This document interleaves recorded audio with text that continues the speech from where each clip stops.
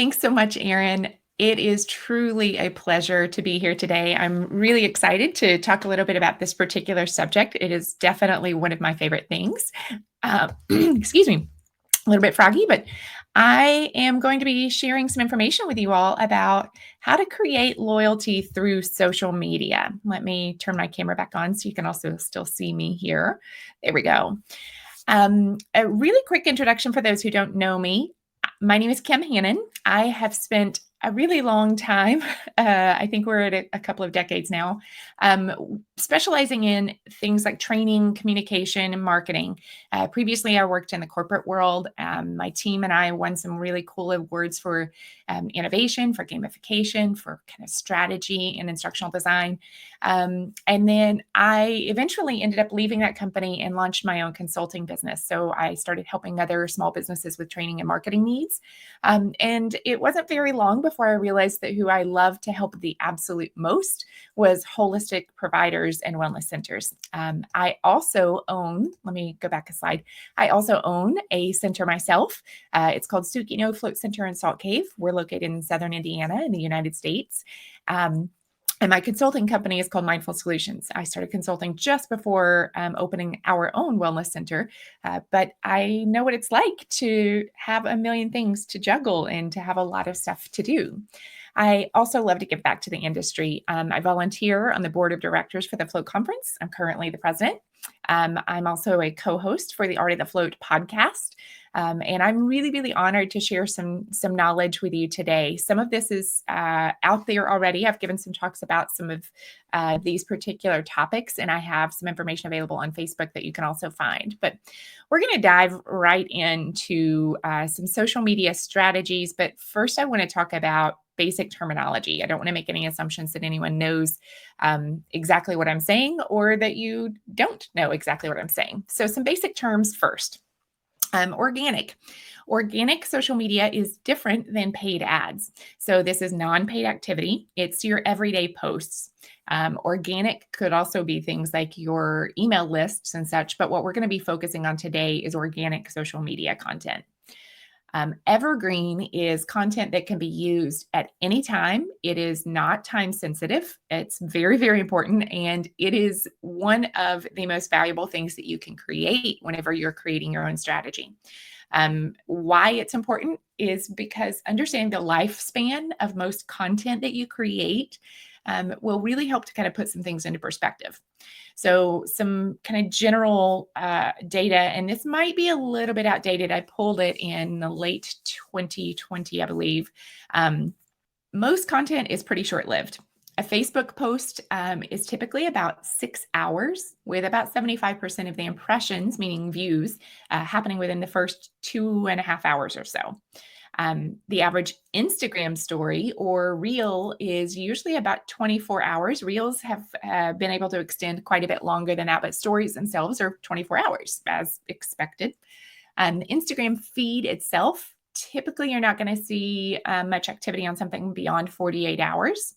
But Pinterest is actually pretty interesting. A pin's value is usually about 3 months that it's going to be posted and shared and posted and shared, and that people are going to be driving traffic for you using your pins.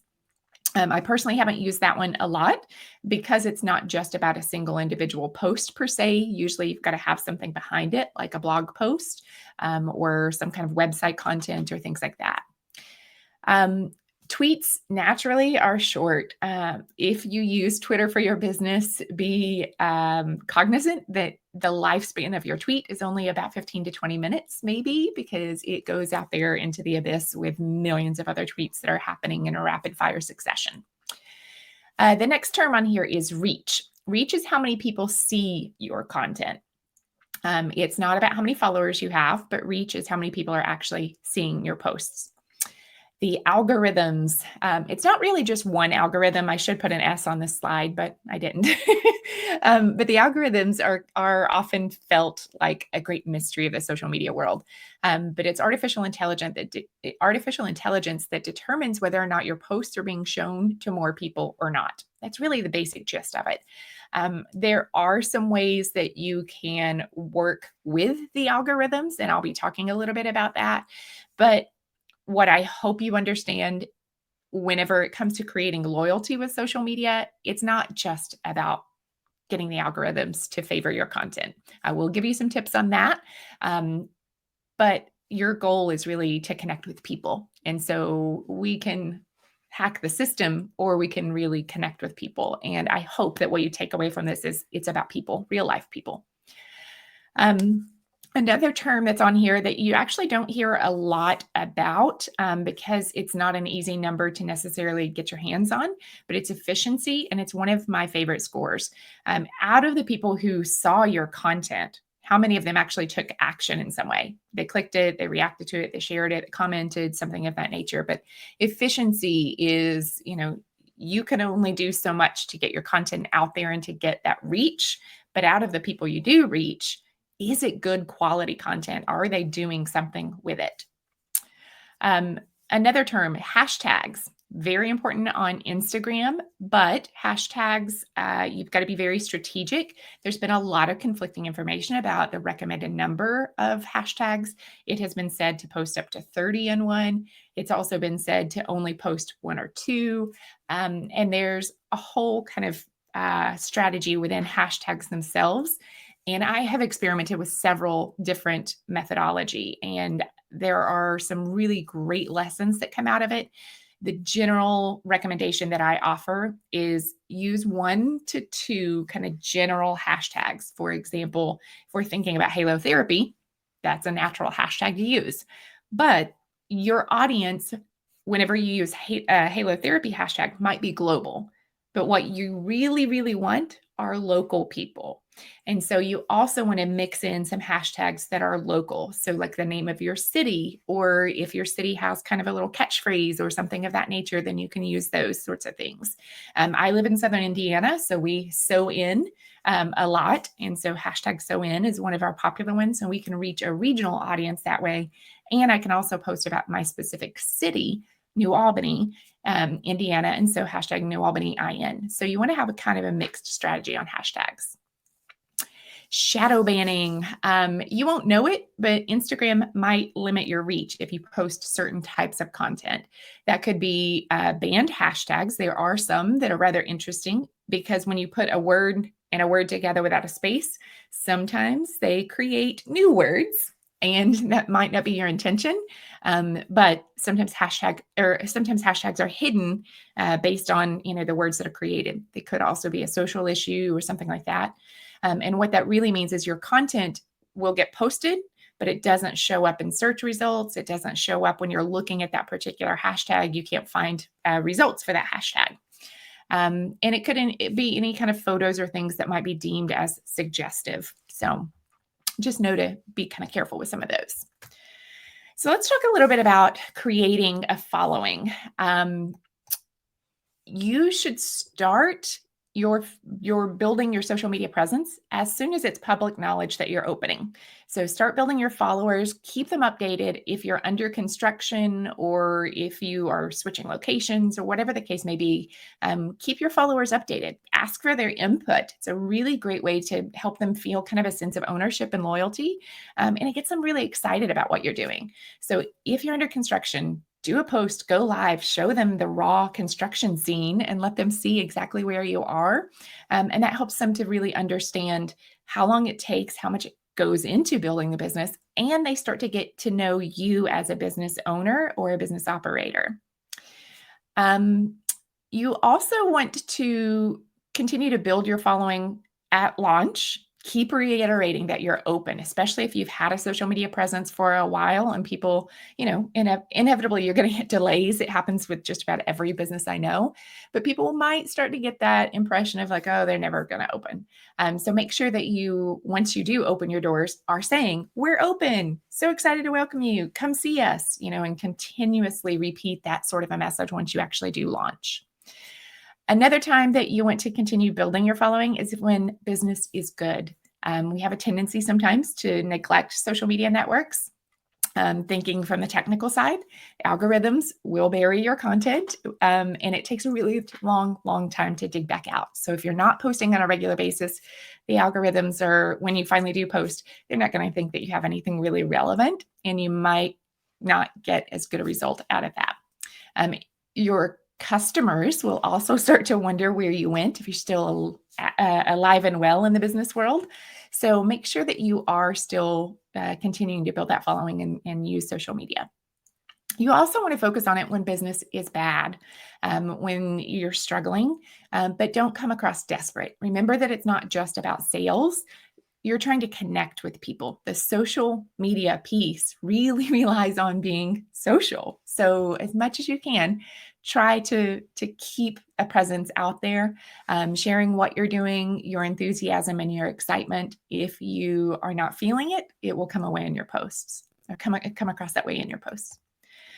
So let's talk a little bit about a conversion funnel. So you hear this a lot in sales.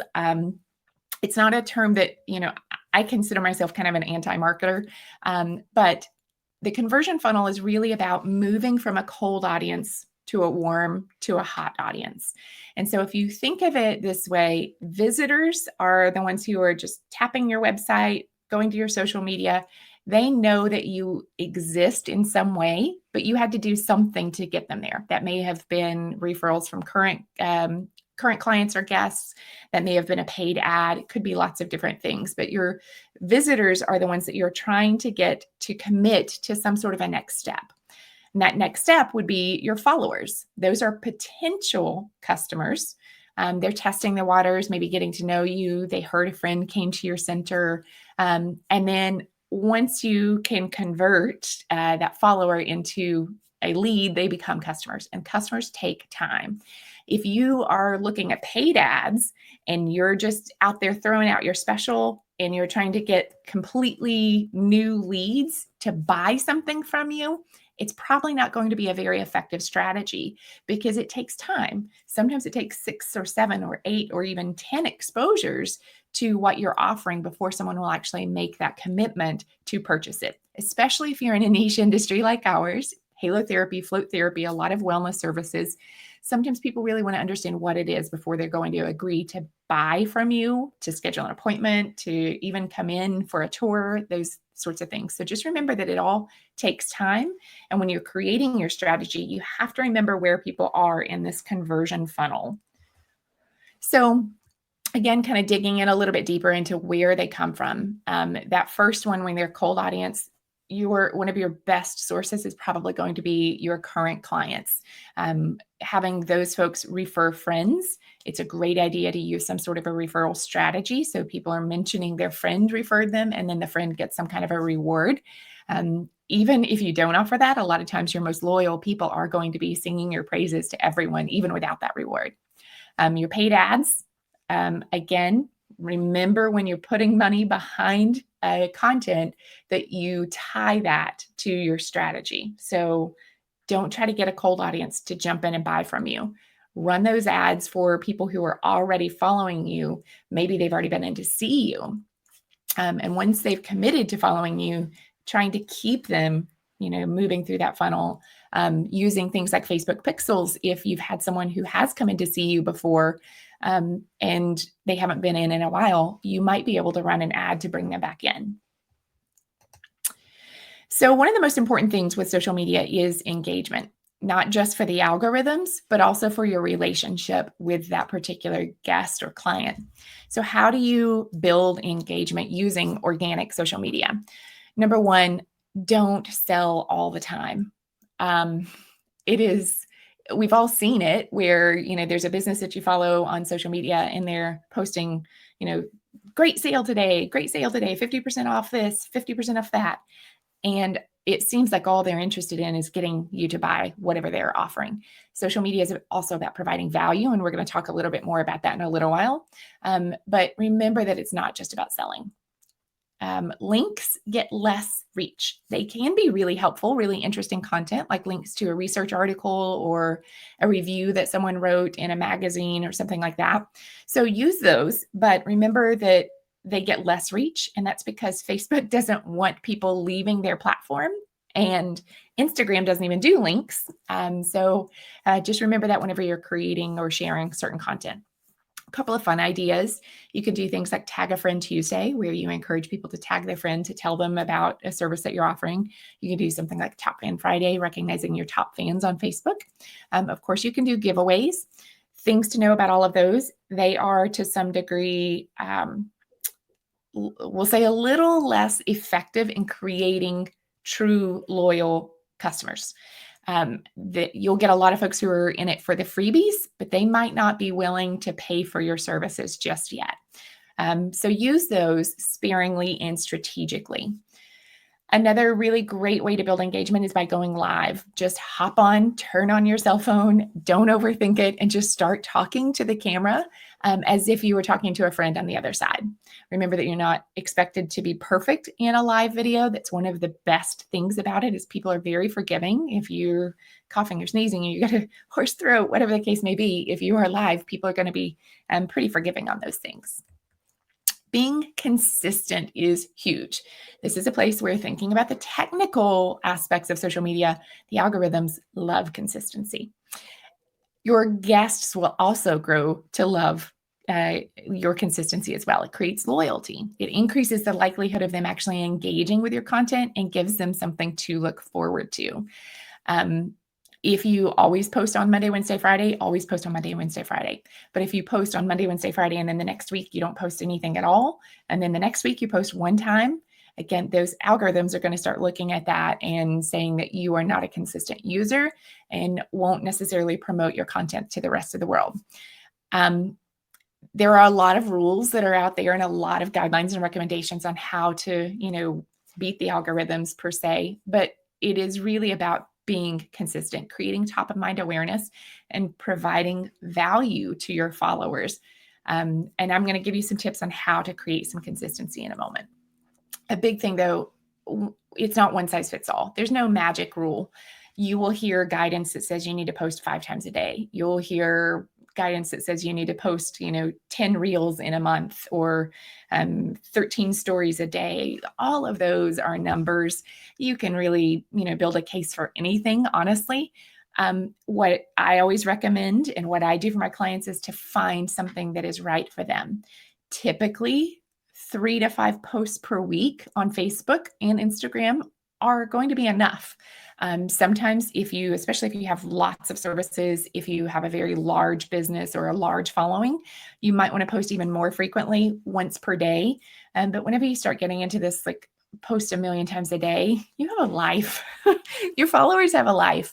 And to some degree on Instagram, from what I've seen, is basically once you post something, the algorithms are going to put that out there for people to see. But then as soon as you post something else, the focus now becomes that new post. And so you're kind of cannibalizing your own content by doing that. So scheduling apps are going to help you to be consistent.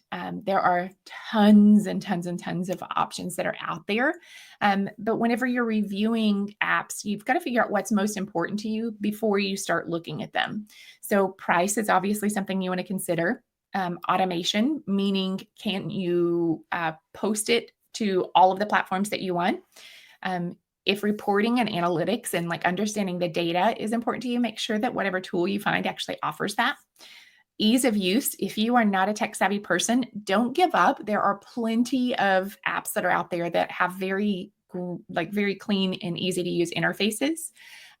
You also want to consider, do you have other people on your team who might be collaborating with you? Do you have team members who are going to create some content that you as the manager or the owner are going to review? You might need a platform that has that kind of built into it. Do you need design help? Do you have a way to actually create the graphics and the images that you're going to be sharing on your social media? So I'm going to kind of go through a few. I've actually been pulling together a spreadsheet, and I try to put in some, comparison and things. And if you're interested in that, feel free to drop me a message, and I'm happy to share a link for you. This is honestly like a drop in the ocean when you start looking at social media scheduling platforms that are out there now. Some of them just have so many functions and features. Some of them, honestly, you can't tell the difference between A and B, but a couple that I recommend for wellness centers. Publer is kind of a newer tool. They've been out for a few years now. It's really fun to use. They have this whole superhero theme. Social Bee is really great for evergreen content and categorizing. Really nice if you have multiple modalities. Buffer and Hootsuite, very well known, well trusted. They cover the basics. For me, they didn't have quite enough, and now they do require payment. They don't offer as much in their free plans as they used to. Social Ohm is an interesting tool that's built specifically for wellness providers. Sendable includes social listening, so that can help cue you in if people are talking about you online, about your business. And then, of course, mine, I have to drop a little plug in there. Mindfully Social is my own platform that I have for float center owners, halotherapy center owners. I include editing tools, graphic creation. I include actual content and do scheduling and branding and all of that sort of stuff. But there are lots of great options out there. Just understand exactly what it is that is going to help you to feel most comfortable with your social media strategy. Another really key strategy piece is knowing your audience. You can create as much content as you want, but if it doesn't land and sit well with your audience, then you're wasting your time.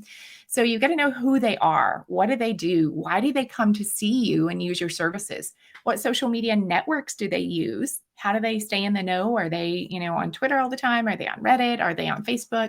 And the thing is, don't try to target everybody all at once. Don't feel like you have to be on every single network. And your services might be beneficial for everyone. You might feel like you should promote it to everybody. And that might be true, but that doesn't mean that you need to market to everyone. There's a huge difference there.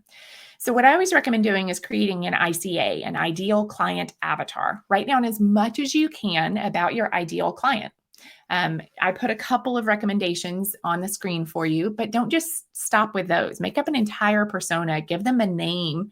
And this is really going to help you to cue into whomever it is that you're speaking to in your messaging.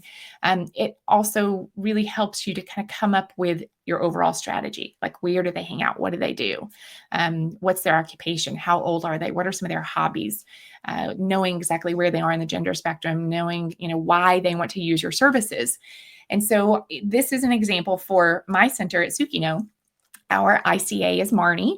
And Marnie is a mom. She has learned and feels like it's her job to care for everyone else first. So she puts herself last. She never really learned how to prioritize self-care. And so when I create content, I am thinking of Marnie. I am talking to Marnie when I write. And I try to speak to Marnie consistently and clearly in the same way, the same tone. I don't switch back and forth between different voices. So finding your voice is a really key piece of this overall as well. So when I talk about finding your voice, know who you're talking to, Marnie for me, but how will you talk to them? And how you talk to them comes across in your branding, in your fonts, in your colors, in your communication style as well. So 3 examples of different approaches here. These are often what I use for my social media clients. And I really try to make it match the feeling they get when they come into your center. So if there's a mismatch in how you present yourself online and what they experience whenever they go into your center, it kind of creates a little bit of friction, maybe discomfort that they might not be able to match, or they might not be able to really kind of identify, but something just creates a little bit of friction. So a couple of things you could do for your halotherapy center is, creating a clinical approach. It's professional, it's formal, you're talking about the medical benefits. Everything is crisp and clean. Even the font that I selected here and the colors are very crisp, very clean. Approachable. You can see that the font that's selected here is a little more of a handwriting style. It's friendly, a little more casual language. It's described as comfortable. And then there's also this chill approach, where it's super relaxed, very like super, super casual language. And that's how it feels like when you're hanging out at your friend's house. There are plenty of other approaches that you can take, but these 3 can get the wheels turning so you can kind of brainstorm and identify exactly what works for you. Now, thinking of what to share on your social media strategy, there are many, many types of content that you could share. Blogs, whether they're your own, you have someone else who writes them, or blogs that you found, out in the world or out online. It could be photos of your space. Those are very, very effective, more so than stock photos. And don't overthink it when you're thinking about posting photos of your space. It doesn't have to be a professional photo shoot. Your iPhone, your Android phone, whatever phone you have can take great, quick pictures. Again, think back to the life cycle and that lifespan for your content. It's typically going to be a couple of hours, a couple of days, weeks at most. But people don't expect to see professional photos in their social media feed. That can actually kind of work against you unless you're trying to create this like really clinical sort of approach. Then maybe that is the way that you go. Photos of people using your services, not just the equipment itself, not just the room itself, but photos of people actually using your services are very, very powerful.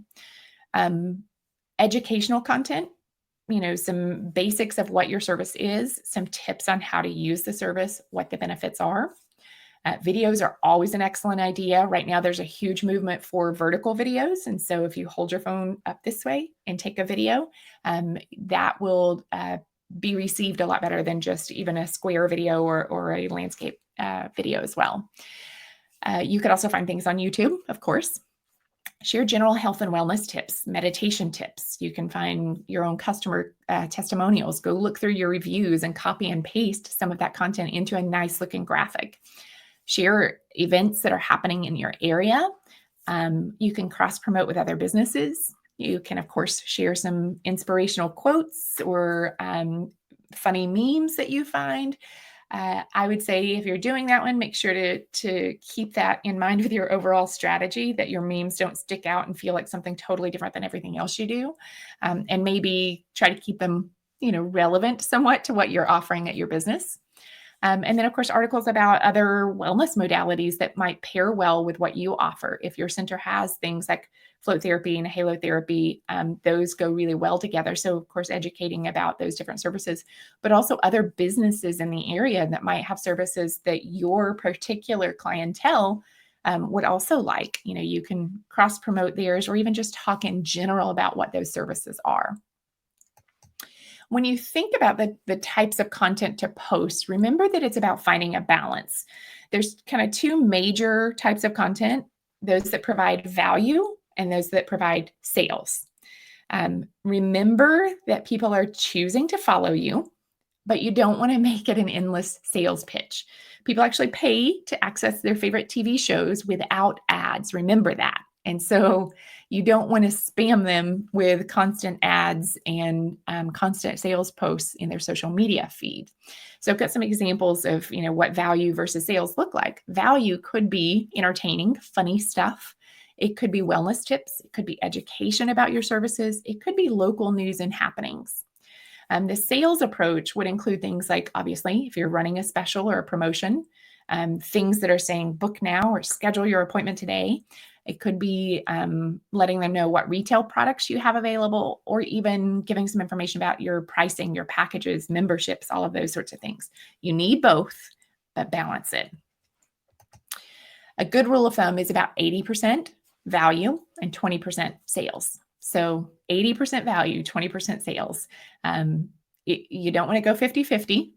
And remember that people are looking for your services, following you for a reason. Now, I have to talk for a minute about ethics with social media. It is an interesting thing in a small, caring community and industry like the wellness industry, but please don't be a social media thief. Don't steal other people's work.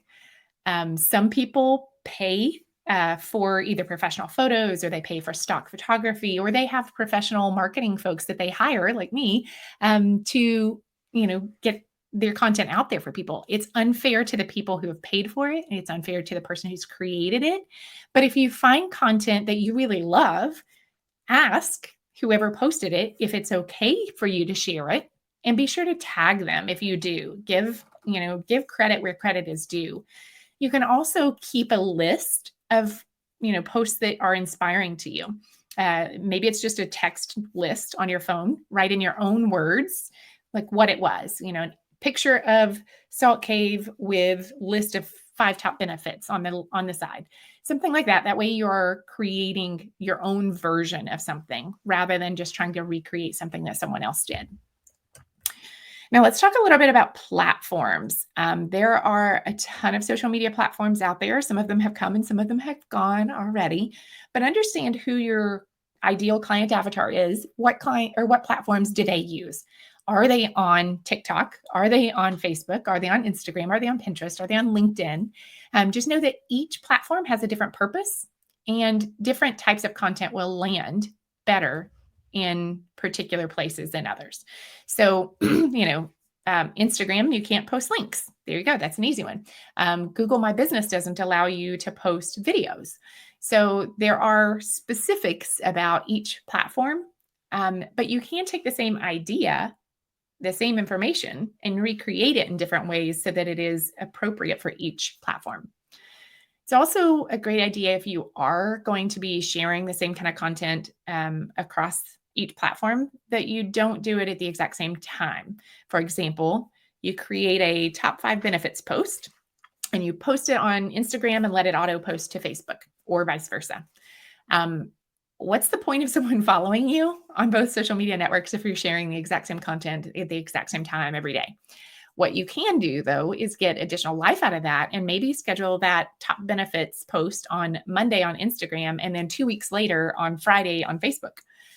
So you were still getting some value out of the content that you're creating, but chances are the same person won't be seeing that same content on both platforms. They might catch it on one, but miss it on the other. You might also have different audiences at different platforms. Maybe you make your Instagram all about the relaxing benefits of halotherapy and you're talking about stress relief. And then for your Facebook, you found that people are following you really because it's more about the therapeutic benefits. And so you kind of change your content depending on what people are looking for. Also, just know, does your scheduling tool post to all of them? To some of them, can you at least get reminders on your phone through those posting platforms to be able to post your content on different networks? So a couple of key takeaways, because we've covered a lot in a very, very short amount of time today. The first step is to create a simple plan. Determine what to post, when to post it, and where you're going to post it.